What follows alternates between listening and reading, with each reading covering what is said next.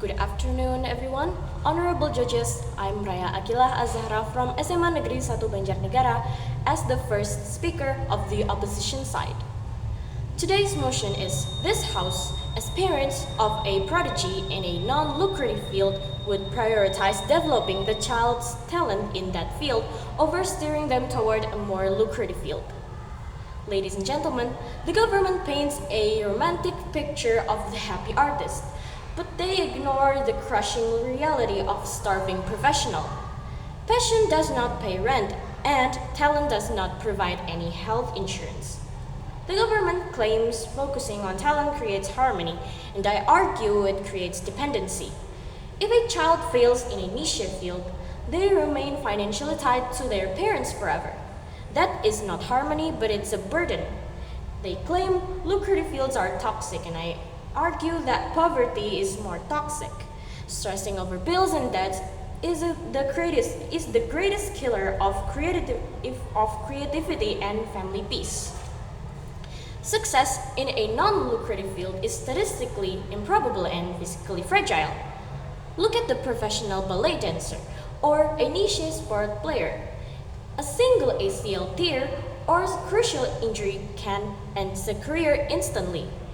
In academia, there are thousands of PhDs for every one tenured professor position. When you put all your eggs in one basket in a non-lucrative field, you are gambling your child's entire future.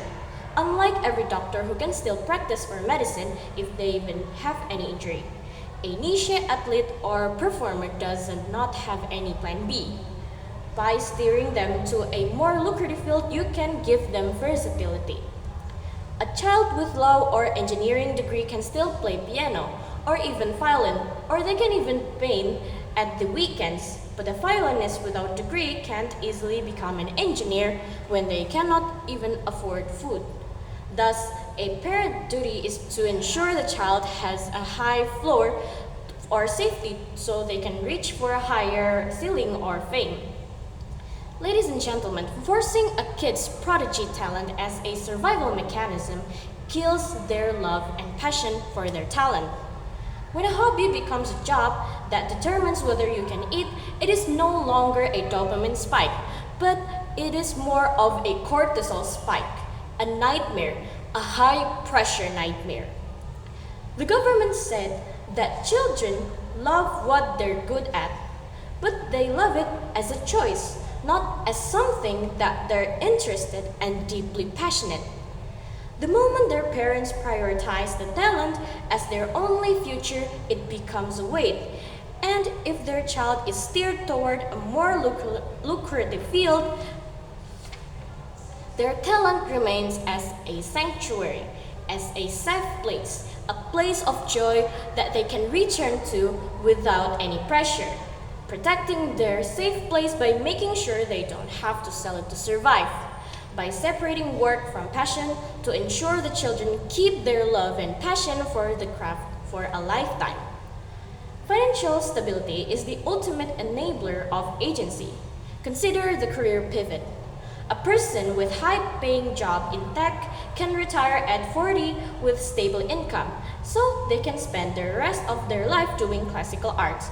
Meanwhile, a person who struggles at 20, who starts in a classical arts, often has no resources to try anything else. And the government talks about agency, but the true agency is the ability to choose. A child who is steered towards a lucrative field gains the money and connections to pursue a non-lucrative hobby later in life. We are not killing their talent but delaying its peak to ensure it is supported by a stable bank account. We're giving them the power to buy their instruments, fund their research, and own their own time.